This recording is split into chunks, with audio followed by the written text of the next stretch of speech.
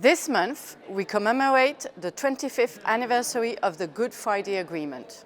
This anniversary is an important milestone for peace, democracy, and for the people of Northern Ireland, of course.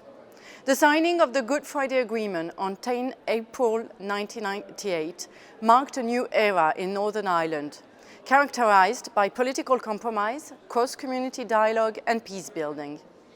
This work is still being done by the people of Northern Ireland.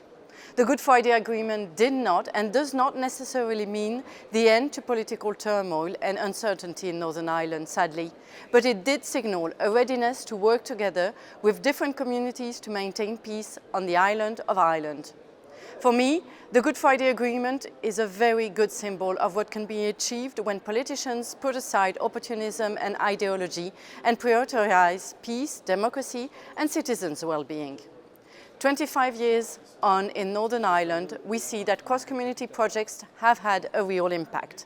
People in Northern Ireland continue to work tirelessly for peace and prosperity, but at the same time, all legislative work is paused in stallment, while politicians play irresponsible political games.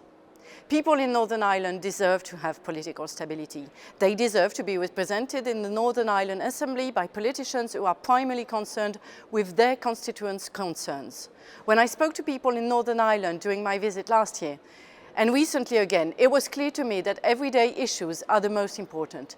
People in Northern Ireland are disappointed that the Good Friday Agreement is not allowing for more progress to be made on these everyday issues: housing, healthcare, the promised Bill of Rights, to name a few.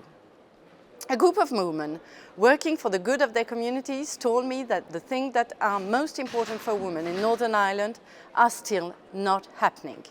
This includes the provision of crucial healthcare services, support for community projects, and financial help with energy bills.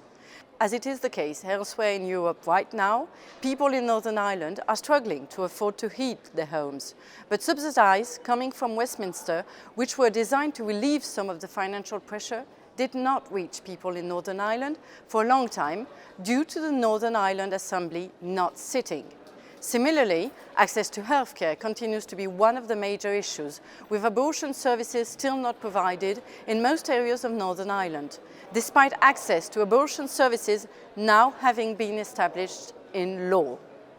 This week, on the anniversary of the Good Friday Agreement, we must remember the progress that has already been made in Northern Ireland over the last 25 years, but we must also not lose sight of how much more needs to be done. As people in Northern Ireland told me, the last 25 years were about peace. It is now also a need for more focus on prosperity and everyday life.